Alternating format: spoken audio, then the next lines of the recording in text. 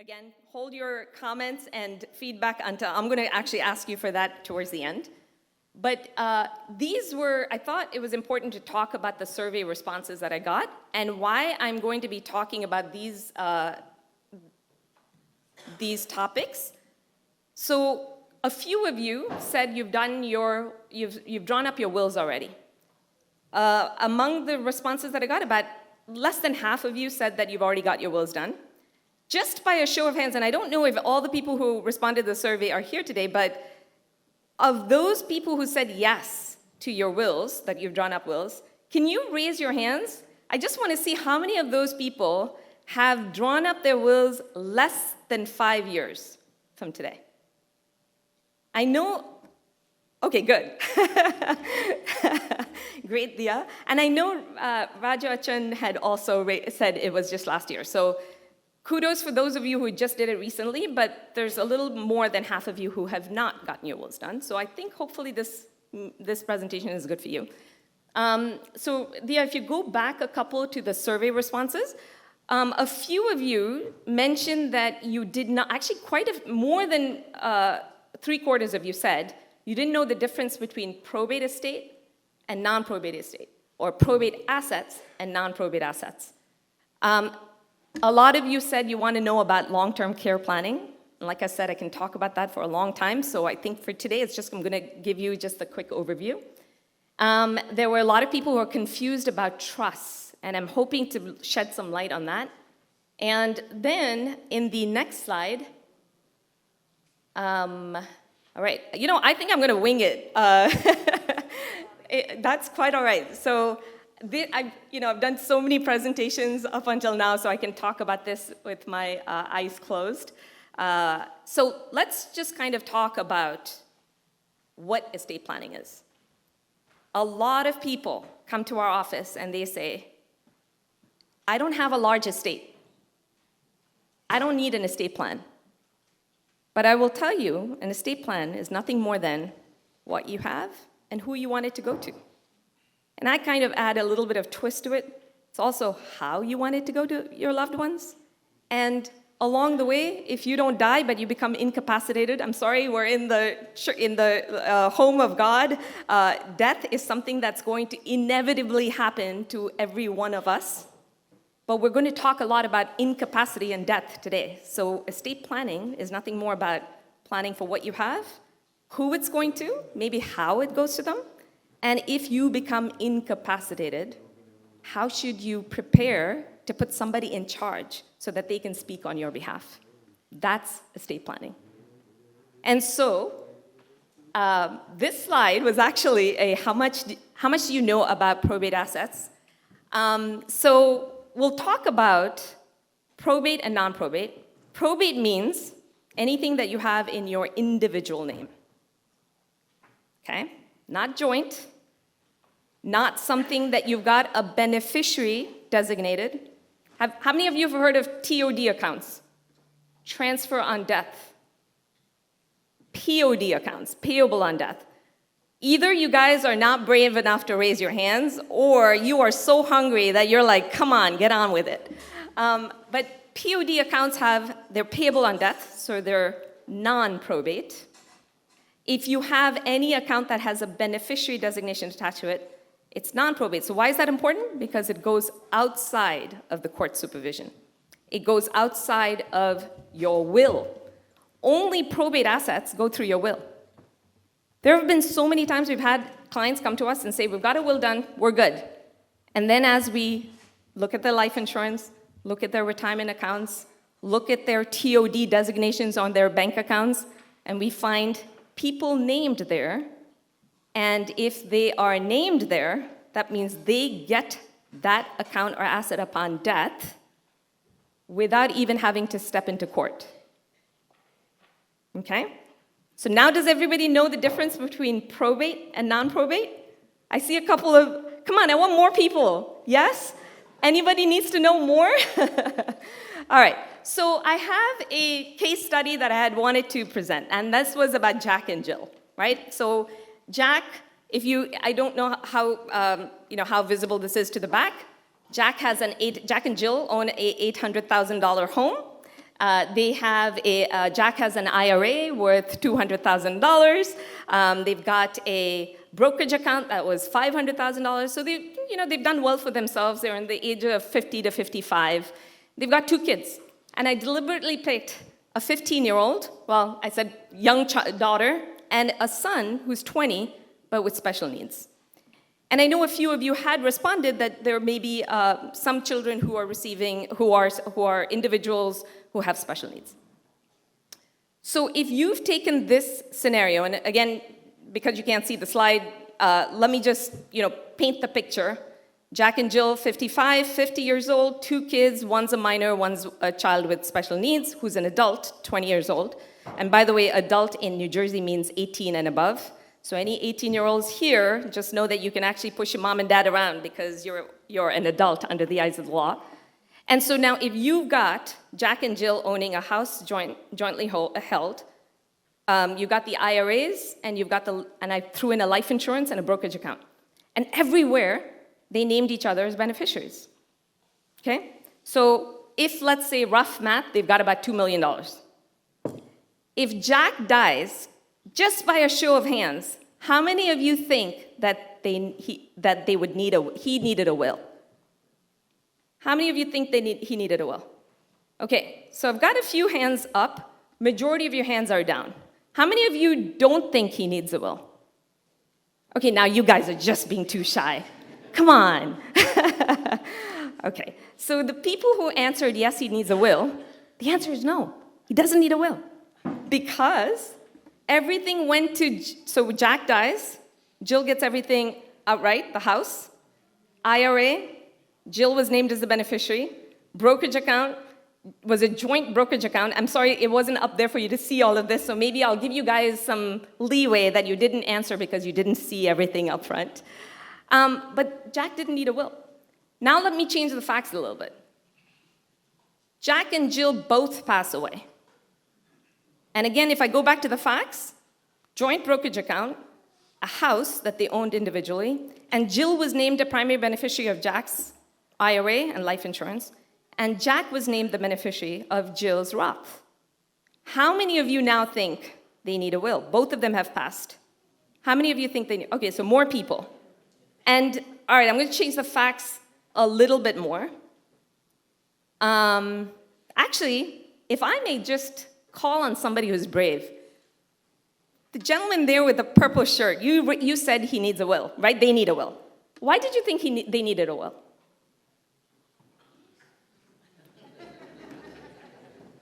Well, you are correct. They do need a will. I was just hoping, okay, how many of you think they didn't need a will? Okay, you didn't think that they needed a will. Why? Because when Jack and Jill were alive, they put the beneficiaries for their children. So automatically when they both die, those goes to the children. Remind me what your name was. You did introduce yourself. What's your name? Tangamanti. Can I say auntie? You're probably my age, but I'm so sorry. I'm just going to call you. So she brought up something which was interesting, right? She said, and you may not have seen the whole thing, but I'd only put Jill as the beneficiary, and you may have thought that the person named Jill was named first, and maybe the children were named second. And if that was the case, then everything would go to the child or the children, right? And so I think that was what you were trying to allude to, and then she's correct. If there were contingent beneficiaries named on those accounts, it would have gone to the children, okay? And the fact that in my fact pattern, only Jill was named as the first in line and then Jack on Jill's, everything just became a probate asset. But let me now take that fact pattern a little bit to another level. Let's say we have those contingent beneficiary designations. They're also called secondary beneficiaries, by the way. How many of you have IRAs and life insurance policies? Okay. All right, I'm going to call on you until you put your hands up because I know pretty much every one of you has an IRA. So if you have IRAs or life insurance and you've put beneficiaries, I'm sure most of you have said spouse first, kids next. Right? Agreed? Yes. Okay. How many of you now think, based on my fact pattern, how many of you think that they could have gotten by without a will. How many of you think they didn't need a will if they've named contingent beneficiaries? Dia and her husband are humoring me. Thank you guys. All right, so the reason why I'm bringing this up is my fact pattern said the daughter was a minor. And I said the 20-year-old had special needs. In a situation like this, you don't ever want to name your children as beneficiaries. Why?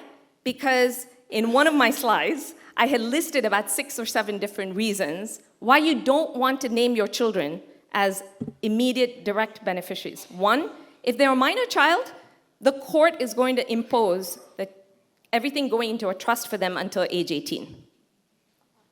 But that said, I have a 31-year-old. When he was 18, he was in no condition to inherit any money. He would have taken all his inheritance and gone and bought Xbox games with that. So you always want to be careful about how you want your children to inherit and when you want them to inherit. So if you think in your mind, maybe they're not very smart yet, they're a little immature, we want to let them have their money a little bit later on in life, then you need to design that in a will. Otherwise, the state of New Jersey, all of you are pretty much New Jersey residents, I believe. If you're not, then check your state law. But for New Jersey, everything goes into a court-mandated trust until 18, and once they're 18, they get everything. So our job as estate planners is to kind of talk to you guys and say, what do you want? If you have a child with special needs, please do not name that child as an outright beneficiary. Why? Because if he or she is going to get government benefits down the road, he needs to have under $2,000 in his bank account. And if any inheritance comes to him, and I'm using him because this is my son in Jack and Jill's scenario, he could get his entire Medicaid benefits that he was getting from the government jeopardized. So you want to be very, very careful that you don't want, one, special needs children inheriting directly. You want to create a special needs trust. You don't want your young children inheriting money too quickly. 21-year-olds, 25-year-olds, I don't know. Each of you will have to figure out what your kids are like. And then, what if they marry someone that you don't like? And what if there's a situation where now you don't like that future daughter-in-law or son-in-law? So you want to think ahead. And our job is to pull that information out of your heads, put it onto paper, and that's why we create wills. Now, wills alone may not be a great foundational plan. I call wills, they're on the foundation in terms of planning. We actually also like something called revocable living trusts. And so again, show of hands, please indulge me. How many of you know what revocable living trusts are? Dia, I think I'm afraid you're the only one, and maybe Rajachan. Okay, so I'll make it quick. No two trusts are alike. When people say, oh, I have my assets in a trust, they're protected. Remember to ask 2 very important questions. What type of trust? And what was your objective? Most people in this room who at least answered the survey were concerned about long-term care costs. When you hear about that, when you're worried about is your money going to be enough for you when you're older and maybe, God forbid, you have a health event and you're going to need Medicaid, remember that type of trust is not at the foundation of estate planning. For the foundation of estate planning, there's something called a revocable living trust. That living trust is completely revocable, which means that if tomorrow you don't like it, you can just close it down. It's just like a will. It's a will substitute. And for people who have assets outside of New Jersey, so if you have a home in Florida, if you have a home in California, if you have a home in North Carolina, and you have a home in New Jersey, just remember, if New Jersey is decent for probate, what does probate mean? It's any probate assets. You take your will, you go to the courthouse, you get yourself, whoever's been appointed as the executor will then go get appointed, and then they'll go to the different banks, they'll go to the different institutions and have the money released over to the estate, and then they'll say, okay, what are the debts, what are the expenses, pay that off, and at the end, whatever's left, follow the will. The will says everything gets distributed, let's say 2 kids, 50-50. Okay, so that's the probate process. In New Jersey, that probate process is pretty straightforward. But in Florida, New York, California, you don't want to have your family go through probate. So if you have property in other states, it's better to have a revocable living trust. Now, I'll share my slides at the end of this presentation. It lists out all the other benefits. There's a bunch of other benefits that these revocable trusts offer. But these are revocable living trusts. So if somebody comes to you and says, oh, my assets are all protected, they're in a revocable living trust, say, time out. They're not. These are revocable, and I like to call them cookie jars. They're like cookie jars. You take your cookies, you put it into your jar, and you use it during your lifetime, and then at the end, it completely avoids the probate process.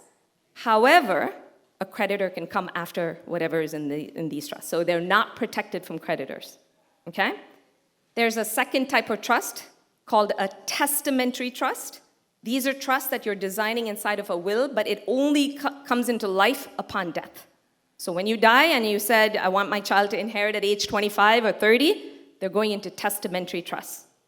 So these are irrevocable by nature, because upon death, everything becomes irrevocable. You've put your wishes and your intentions in a piece of paper, and you've got this now an irrevocable trust that has been designed. And then there are irrevocable living trusts. So for all of you who are interested in long-term care planning, that's what you need to be thinking about. Irrevocable living trusts. For all of you who have a lot of money where you're worried about estate taxes, right now the exemption is $13.9 million per person. If you're US citizens, both of you, husband and wife, have double that. So if you have a lot of money, then you need to be thinking about, should I be setting up some irrevocable living trusts to protect my estate from being subject to a 40% estate tax at my death? Then there's a third type of trust. It's still irrevocable trust, but there's a third reason if you're worried about creditors. You have a business, you have rental property, you're worried about somebody coming after your estate. You can set up LLCs. You can do some other type of planning, get umbrella insurance. You can get some other safeguards, but you would set up an irrevocable living trust. So that's sort of the quick overview of estate planning. I touched upon estate planning basics. I touched upon probate and non-probate, and I also kind of gave you a little bit of a taste of long-term care planning. And so with that, I think I'm actually going to spare you guys all from too much more of this, but I'd like to open it up to questions. You've all been very quiet, so if anyone has questions, I'm happy to take those questions. It's all popping up now. Thea, if you want to go to the very, very end, I actually now would like to ask the question, remember that prepared hero blanket? The fire blanket? Can anyone tell me why you thought was there any connection that you got from the prepared hero to this presentation? Anyone brave enough to attempt that? Mr. Purple Shirt, will you want to try that? Anybody has any guess as to why I came up with that concept and that analogy? No? No takers? All right, let me just tell you.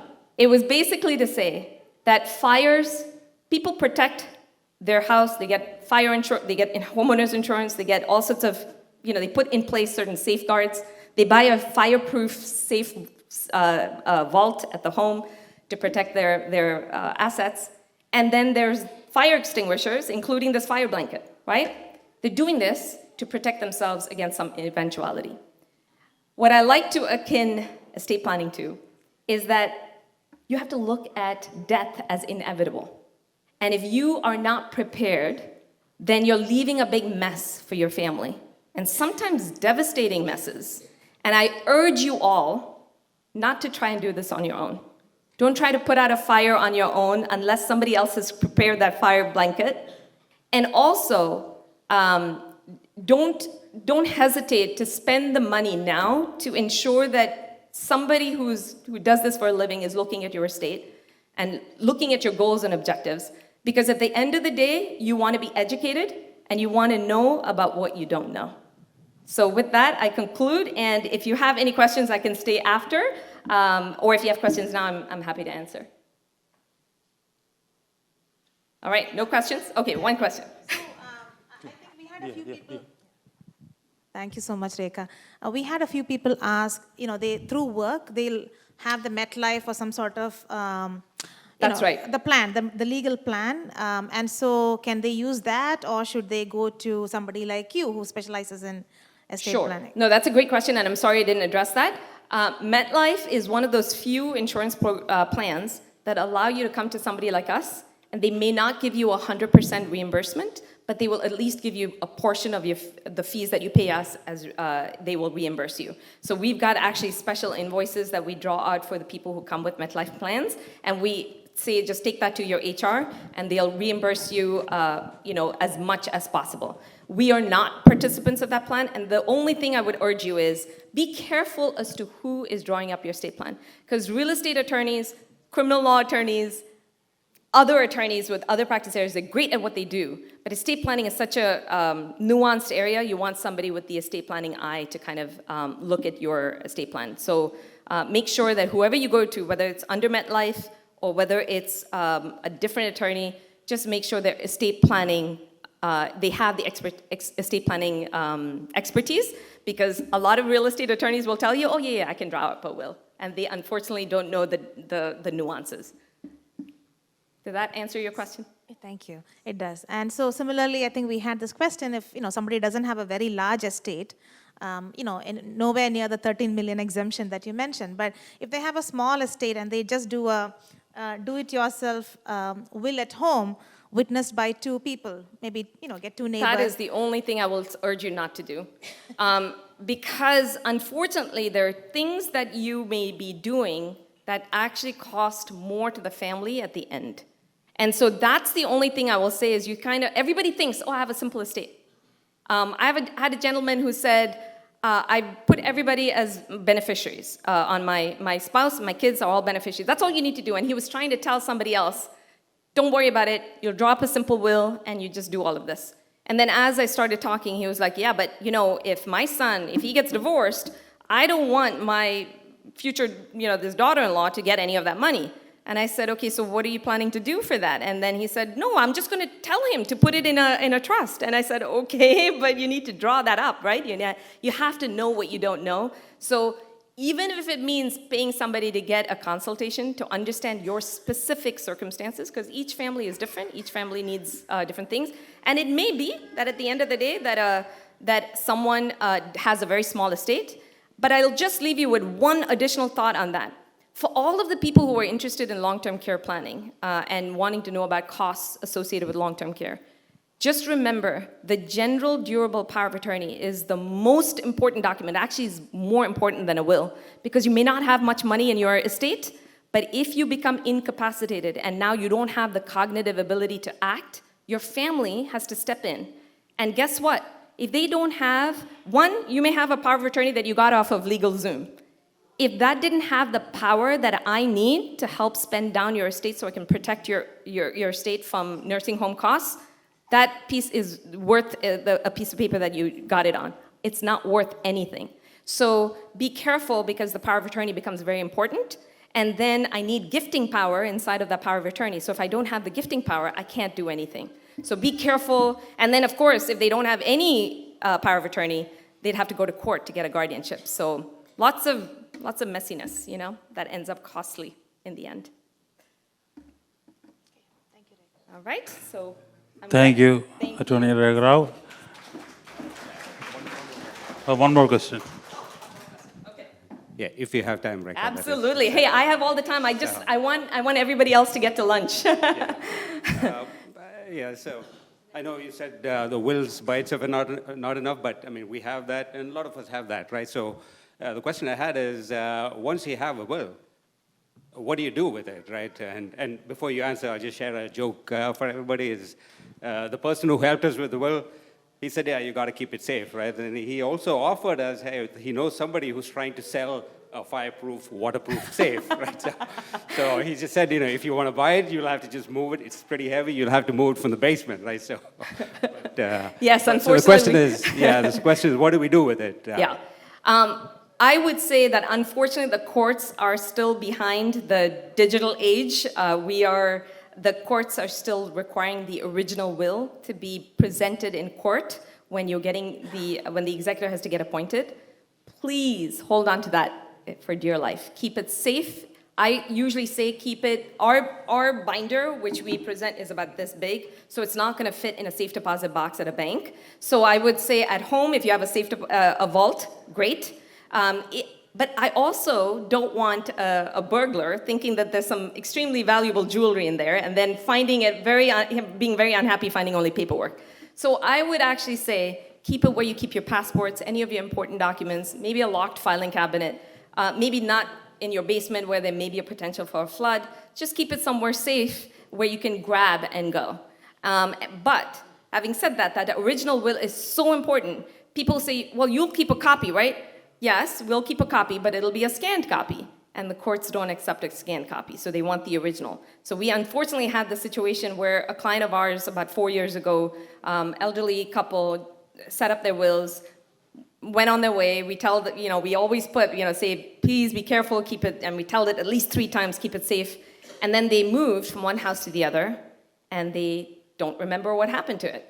And now the lady died, and he had to come to us, and now, they must have spent about, $3,000 last, 4 or 5 years ago. They came to us now, and we had to do another $3,000 to just get them to prove to the court that we were the ones who drafted that original will. So it requires a verified complaint in order to show cause. It's a very legal, it's straightforward for us, but it's expensive for you. So be careful, hold on to that original will, guard it with your life. And if for any reason you don't have the original will, go back to that attorney and get a new will just drawn up. It's that important. Yeah, good. All right, thank you. Thank you.